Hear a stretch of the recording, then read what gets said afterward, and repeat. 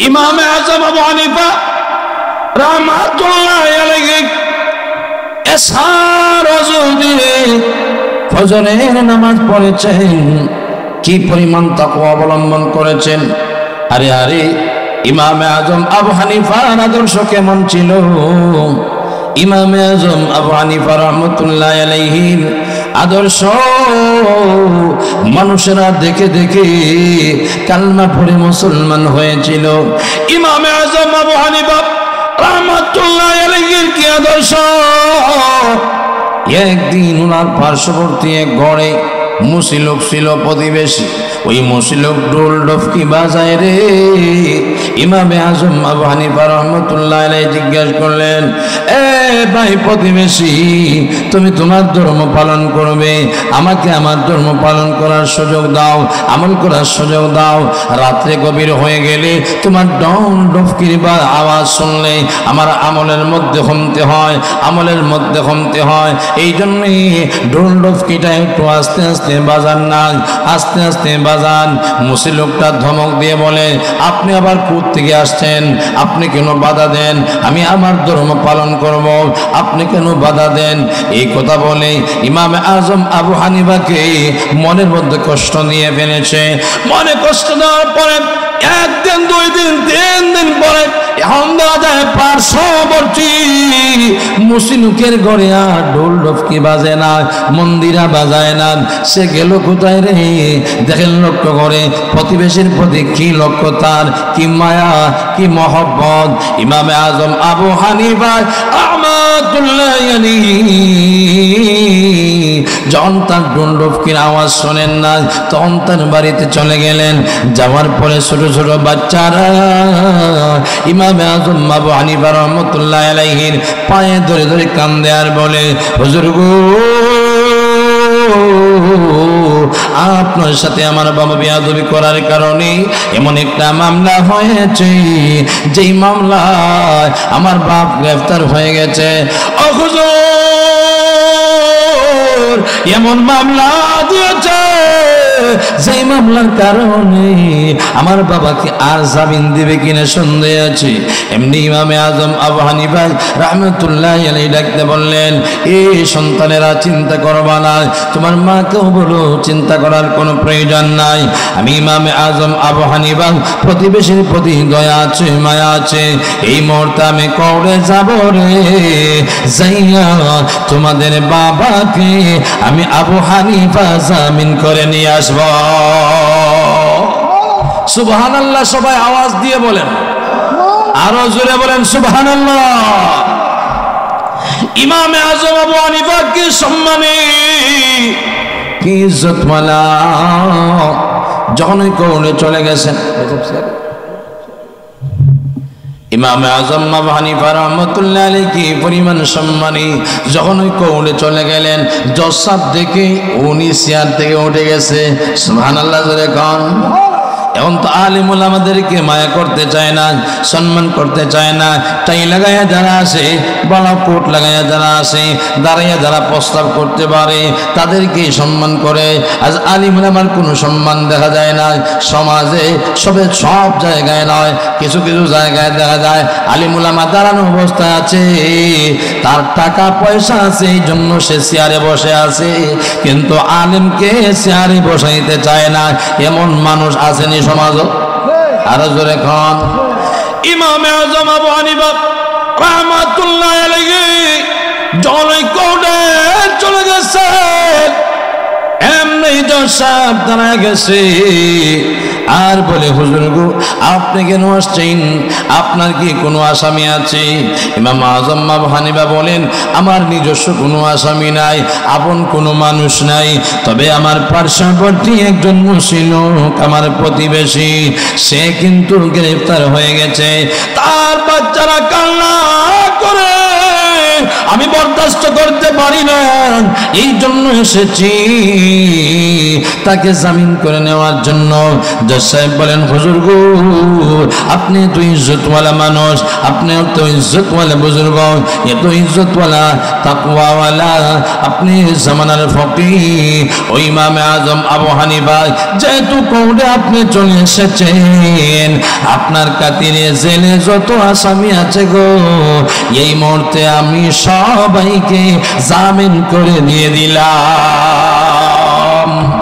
ইমামে আজম আবু হানিফা রাহমাতুল্লাহ আলাইহি, সেই ইমামে আবু হানিফা ওনার বিরুদ্ধে যখন কুচুকরি মহল লেগে গেল, ওনাকে কষ্ট দেওয়া শুরু করলো, ইজ্জতের উপর আঘাত করতে চেয়েছে, কিন্তু আল্লাহ ইজ্জত মারাইয়া দিচ্ছে। কিভাবে? ইমামে আজম আবু হানিফা ফতোয়ার ব্যাপারে শক্ত, ফতোয়া দিতেন শক্ত, কোরআনের কথা বলতেন, কাউকে পরোয়া করতেন না। কে আমার উপর আক্রমণ করবে, কে আমার উপর হামলা করবে, কে আমার উপর মামলা করবে, সেই দিকে তাওয়াক্কুল করতেন না। ইমামে আজম আবু হানিফা রাহমাতুল্লাহ আলাইহি একদিন এক বাড়িতে চলে গেলেন, ওই বাড়ির মহিলা আসলো, একটা কৌশল অবলম্বন করতে আছে, তার পিছনে কিন্তু কিছু কুচক্রি মহল কৌশল খেলাইছে। কি কৌশল? মহিলাকে বলল, যত টাকা লাগবে তোমাকে আমি দিয়ে দিব, আমরা দিয়ে দিব, তবে ইমাম আবু হানিফাকে রাত্রের বেলায় তোমার ঘরে নিয়ে আসবে, আর আমরা বলে মনে করব উনি জিনার কাজে আসছে, জিনায় ব্যস্ত হয়ে গেছে, তখন গ্রেফতার করে আমরা জেলে পাঠাইয়া দিব। ওই মহিলা তাদের কথা সম্মতি প্রকাশ করলো আর বলল, ঠিক আছে, ইমাম আবু হানিফাকে আমার ঘরে সন্ধ্যার পরে এশার পরে নিয়ে আসবো। এমনি ইমাম আবু হানিফা রাহমাতুল্লাহ আলাইহির কাছে গেছি, যে বলে, হুজুর গো, আমার স্বামী মুমূর্ষ অবস্থা, আপনি যদি একটু আসেন, একটু তওবা যদি পড়াইয়া দিতেন তাহলে ভালো হতো। হুজুর যারা আছেন তারা তো জনগণের প্রতি দয়াবান, যারা ইমাম সাহেব আছেন, ইমাম সাহেবের উপর অনেক মানুষ মন্তব্য করে, কিন্তু তার বাবা দুনিয়া থেকে বিদায় নিলে ওই ইমাম সাহেব যাইয়া তার বাবার জানাজা পড়ায়, এমন সময় আছে না নাই? এমন মানুষ আছে না নাই? আল্লাহু আকবার। ইমামে আজম আবু হানিফা রাহমাতুল্লাহ আলাইহি, ওনাকে যখন বলছে আমার স্বামী মুমূর্ষ অবস্থায়, আপনি একটু তওবা পড়ান। আচ্ছা বলেন তো দেখি, কেউ যদি তাবিজের জন্য আপনার কাছে আসে তাহলে তাকে একটা তাবিজ দেই না কিভাবে? ঠিক কিনা? কেউ যদি বলে, হুজুর আমার ঘরে একটু দোয়া করাইতাম, তাহলে কোন হুজুর যাইবে না? আজ তো আমাদেরকে আল্লাহ তাআলা নায়েবে নবী বানাইছে, আমরা তো জনগণের সেবায় নিয়োজিত থাকতেই হবে, ঠিক কিনা? ধরে কন। এখন উনি সরল মনা চলে গেছে। যেমন ধরেন, এই যে সিলেট এক জায়গায় একজন হুজুরকে পাইছে সরল সুজা, হুজুরকে যখন সরল সুজা পাইছে, তখন আয়া কই, হুজুর আমার বাবা মারা গেছে, আমি কাফন দাফন করতে পারি না, আপনি দয়া করে আসেন। হুজুর মনে করছে তার বাবা যখন মারা গেছে তাহলে তো আমি কাফন ভরাই তুইব, আর যখন হইল ভাই না, তাহলে কাফন ভরাইয়া দিয়ে আসি। এখন যাইতে যাইতে যাইতে যাইতে যাইতে যাইতে এমন বেকুয়ার জায়গাত নিয়েছে, নেওয়ার পরে হয় কাফন লাগানি শেষ, যা আছে পকেটের ভিতরে তা দেওয়ার নাই, শেষ। এই পড়ছে বড় বিপদ। হুজুরদেরকে যেদিকে বলা হয় সেদিকেই যাইতে হয়, ঠিক কিনা? ইমাম আবু হানিফা রাহমাতুল্লাহ আলাইহিকে যখন ঘরের ভিতরে নিয়ে গেল, কুচুকরি মহল পুলিশ বাহিনীকে নিয়ে আসছে, আইসা হয় গ্রেফতার। এই রাত্রে গভীর রজনী একজন মহিলার পাশে তুমি কেন? নাউজুবিল্লাহ জুরে খান। যখন জেলে গেছেন, জেলে যাওয়ার পরে দেখা যায় ইমামে আজম আবু হানিফা রাত্রে গভীর রজনীতে একটা রুমে, ওই যুবতী মহিলাও আছে, ইমামে আজম আবু হানিফা ওই রুমের ভিতরে, কিন্তু সাজদায় পড়ে পড়ে কান্না করতে আছে। মহিলা বলে, মেয়ে বলে, আল্লাহু আকবার। ইমামে আজম আবু হানিফা সারা রাত সেও একা, আমিও একা, আমার দিকে তো একটু চোখ তাকাইলে না, চোখ ওই কপাল তুলে মাথা তুলে একবারও তো আমার দিকে তাকাইলেন না। সুবহানাল্লাহ জোরে। মহিলা বুঝতে পেরেছে, আর বলল, হুজুর আপনি যে সত্যিকারের আল্লাহর ওলি, এত কোনো সন্দেহ নাই। হুজুর গো, আমাকে কিছু শয়তান ধোঁকা দিয়েছে, আমার পিছনে লেগে গেছে, লোভে দেখাইয়া আপনি এত বড় আল্লাহর ওলি, আপনার পিছনে লাগাইয়া দিয়েছে, আজকে আপনি জিনাকুর হিসাবে সাব্যস্ত হয়েছেন। হুজুর পায়ে ধরে হাতে ধরে দয়া করে আমাকে মাফ করে দিবেন।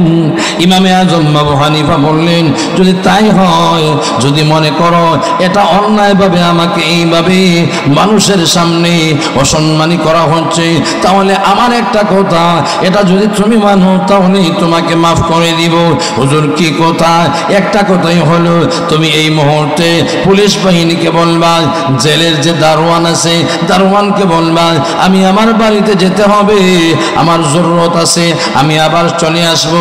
তখন তুমি আমার বাড়িতে চলে যাইবা, তোমার যেই বোরকাটা আছে ওই বোরকাটি আমার স্ত্রীর শরীরে দিয়া দিবা, আমার স্ত্রী যেন জেলে আসে আর তুমি যেন বাড়িতে থাকো। আল্লাহু আকবার। মহিলা বলল, ঠিক আছে ঠিক আছে, এই মুহূর্তে আমি আপনার বাড়িতে চলে যাব। বাড়িতে যাইয়া যেই মহিলা কুচুকরি মহলের পিছনে ফান্দে পড়ে ওই ইমামে আজম আবু হানিফাকে জিনাকুর হিসাবে সাব্যস্ত করলো, ওই মহিলা বাড়িতে যাইয়া ইমামে আজম আবু হানিফার স্ত্রীকে বললেন, ইমামে আবু হানিফা বলেছেন আপনি জেলে যাওয়ার জন্য আপনি চলে যান, পুলিশ তো আর চিনবে না, আসার সময় তো যেই বোরকা লাগাইয়া আসা হয়েছে, যাওয়ার সময় এই বোরকাও লয়ে যাবে, পুলিশ তো আর চেহারা দেখে নাই, গঠনও দেখে নাই, আকৃতিও দেখে নাই। এমনি ইমামে আজম আবু হানিফার কথা ওই মহিলা মানল। মানার পরে ইমাম আবু হানিফা বললেন, ঠিক আছে তোমাকে আমি মাফ করে দিলাম। আবু হানিফা রাহমাতুল্লাহ আলাইহির স্ত্রী জেলের ভিতরে চলে আসছেন, পরের দিন আদালতে তোলা হবে।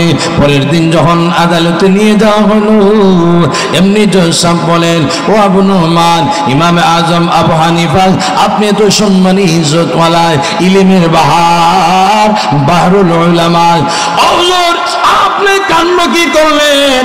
একজন মহিলার সাথে একটা এমন একটা নির্জন ঘরের ভিতরে ঢুকলেন, আমরা তো বিশ্বাস করি না, তারা তো আপনাকে সেই জায়গা থেকে গ্রেফতার করেছে।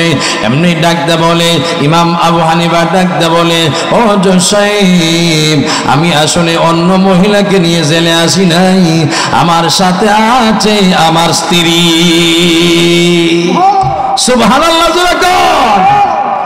এমনি ইমাম আজম আবু হানিফা রাহমাতুল্লাহ আলাইহি শ্বশুর সাহেব বললেন, ও জজ সাহেব, উনি তো হলেন আমার ওই জামাই, আমার দামান, আমার মেয়েকে ইমামে আজম আবু হানিফার কাছে বিয়া দিয়ে দিয়েছি, উনি আমার জামাই। এমনি দেখা যায় বেকসুর খালাস পেয়ে গেছে। কি কারণে? ওয়া মাইয়াত্তাকিল্লাহা ইয়াজআল লাহু মাখরাজা, যে কেহ আল্লাহকে ভয় করবে, কঠিন বিপদের সময় এমপি সাহেবের প্রয়োজন নাই, চেয়ারম্যান সাহেবের প্রয়োজন নাই, মন্ত্রীর প্রয়োজন নাই, বাবার প্রয়োজন নাই, দাদার প্রয়োজন নাই, আল্লাহ ওই সময় এমন একটা ব্যবস্থা করে দিবে, যেই ব্যবস্থা, যেই বুদ্ধির মাধ্যমে মহান আল্লাহ কঠিন বিপদ থেকে আপনি আমাদেরকে উদ্ধার করে দিবেন। এই গেল 3 নম্বর। 4 নম্বর হলো ওয়ারযুকু মিন হাইসু লা ইয়াহতাসিব। 4 নম্বর পুরস্কার হলো যারা তাকওয়া অবলম্বন করবে, মহান আল্লাহ যেই জায়গা থেকে রিজিক পাওয়ার কথা না, টাকা পয়সা পাওয়ার কথা না, ওই জায়গা থেকে আপনি আমাদেরকে রিজিকের ব্যবস্থা করে দিবেন। সুবহানাল্লাহ। আর 4 নম্বর, 5 নম্বরে মহান আল্লাহ রব্বুল আলামিন আপনি আমাদেরকে ফুরকান দান করবেন। ফুরকান কি? ইয়া আইয়ুহাল্লাযীনা আমানু ইন তাত্তাকুল্লাহা ইয়াজআল লাকুম ফুরকানা। আল্লাহ বলেন, ঈমানদারগণ যারা তাকওয়া অবলম্বন করবে তাদেরকে আমি সত্য মিথ্যা পার্থক্য করার সুযোগ করে দিব, তৌফিক দিয়ে দিব। ফুরকানের মানা কি? ফুরকানের মানা হলো অন্তর্দৃষ্টি। জোরে কোন সুবহানাল্লাহ। এই জন্য হাদিস শরীফের মধ্যে আছে, ইত্তাকু ফিরাসাতাল মুমিন ফাইন্নাহু ইয়ানজুরু বিনুরিল্লাহ। আল্লাহ বলেন, যার অন্তর্চক্ষু খোলারে তাদের কাছ থেকে তোমরা বাঁচো, কারণ তারা আল্লাহর কুদরতি দৃষ্টিতে দেখতে পায়। জোরে কন্যা সুবহানাল্লাহ। এক মা জুনাইদ বাগদাদি রাহমাতুল্লাহি আলাইহির কাছে এক খ্রিস্টান আসছে, আসার পর বলল, হুজুর গো, ইত্তাকু ফিরাসাতাল মুমিন ফাইন্নাহু ইয়ানজুরু বিনুরিল্লাহ। হুজুর, এই হাদিসের ব্যাখ্যা জানতে এসেছি। আর খ্রিস্টান যে এসেছে তার মাথার মধ্যে পাঞ্জাবি, তার শরীরে পাঞ্জাবি, মাথায় পাগড়ি, সুন্দর দাড়ি লাগাই আসছে। এ ভাই, সমাজে এমনও মানুষও আছে সুন্দর পাঞ্জাবি লাগায়, লেবাস লাগায়, কিন্তু দেখা যায় বাটপাড়ির মধ্যে 100 আসেনি। ধরে কান অনেক দোকানে যাইবেন, যাওয়ার পর দেখবেন পাঞ্জাবি লাগাইছে সুন্দর, টুপি লাগাইছে সুন্দর, পাগড়ি লাগাইছে সুন্দর, কিন্তু বেজাল করে মালে যখন তার দোকান থেকে বেচতে হয় 200 টাকার মাল, 200 টাকার মাল 300 বলে। এখন যে খরিদ্দার কিনে নিবে তাকে বলে 290 টাকাই আমার কিনা, 300 না দিলে তো পারা যাইত না। আপনি তো বলেন আমার মায়ের মানুষ, কমপক্ষে 10 টাকাই নাই লাভ করলাম। আসেনি এরকম বাটফার সিটার আসেনি? আর দোকানে কি হুজুর আসেননি? ভালো হয়, হ্যাঁ আলহামদুলিল্লাহ ভালো আছে। আমি একজনটা কইলাম, তুমি যে হুজুর না কও না কেন? কতদিন পরে বাটফারি দোরাত খাইলে তো সব হুজুর হবার বিরোধ দিব। আর শরীর হুজুর লেবাস লাগাইনি, সম্মান বাড়ছে। আমি ওই সম্মান যখন বাড়ছে, সম্মান ওয়ালার মতন দেখবা, ঠিক না বেঠিক? জোরে কা জুনাইদ বাগদাদি রাহমাতুল্লাহির কাছে খ্রিস্টান লোকটা পাঞ্জাবি লাগাই আসছে। আসার পর বলল, হুজুর গো, এই হাদিসের ব্যাখ্যা জানতে চাই, এই হাদিসের ব্যাখ্যা জানতে চাই। এমনি জুনাইদ বাগদাদি বললেন, খ্রিস্টানের ফুলারে, আগে তুই কালমা পড়, এরপরে তোকে এই হাদিসের ব্যাখ্যা দিব। সুবহানাল্লাহ। উনি তো খ্রিস্টান, জানলেন কিভাবে? বলেন না কেন? উনি তো খ্রিস্টান, জানলেন কিভাবে? অন্তর্দৃষ্টি। আল্লাহর ওলিরা শেখে নারায়ণ পাশে চোখ মুজলে কোন জায়গায় কি আছে তাদের এলহাম হয়ে যেত। সুবহানাল্লাহ।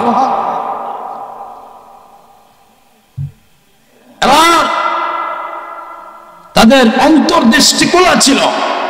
আমার প্রিয় মুর্শিদ হযরত মাওলানা মুফতি রশিদুর রহমান ফারুক পীর সাহেব বরুণী হযরতের সামনে গেলে কমপক্ষে 100 বার আস্তাগফিরুল্লাহ পড়ি, যাতে গুনাহের কোনো রেখা ওনার চোখে না পড়ে। তাহলে ইমাম জুনাইদ বাগদাদি রহমতুল্লাহ আলাইহির অন্তর্দৃষ্টি খোলা। এই জন্য যতই লেবাস লাগায় আসুক না কেন, ওনার অন্তরে দেখছে যে উনি খ্রিস্টান। সুবহানাল্লাহ। এই যোগ্যতা দিবেন কে? কি কাজ করলে? তাকওয়া অবলম্বন করলে। কি কাজ করলে অন্তর্দৃষ্টি আল্লাহ দান করবেন? তাকওয়া অবলম্বন করলে। আল বিদায়া ওয়ান নিহায়া নামক কিতাবের মধ্যে উল্লেখ আছে যে হযরত আলী রাদিয়াল্লাহু তাআলা আনহু এক স্বপ্ন দেখেন ফজরের আগে। আল্লাহ নবী রাহমাতুল লিল আলামিনকে স্বপ্ন দেখেন। স্বপ্ন কি দেখেছেন? আল্লাহ নবী বিশ্ব নবী রাহমাতুল লিল আলামিনের পিছনে ফজরের নামাজ পড়তেছেন, ফজরের নামাজ পড়তেছেন। নবীজি ফজরের নামাজে 2 রাকাতে সূরা ফাতিহার পরে 2টা সূরা মিলাইলেন। যে সূরা মিলাইলেন আলী বলেন আমার সেটা মনে আছে। 2 রাকাত নামাজ পড়লাম ফরজ মসজিদে নববীতে।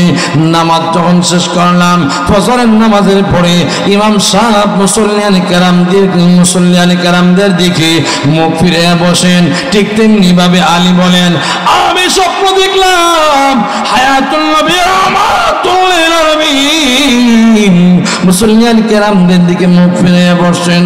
তখন দেখলাম একটা বস্তা ভর্তি খেজুর এক লোক নিয়ে আসছে।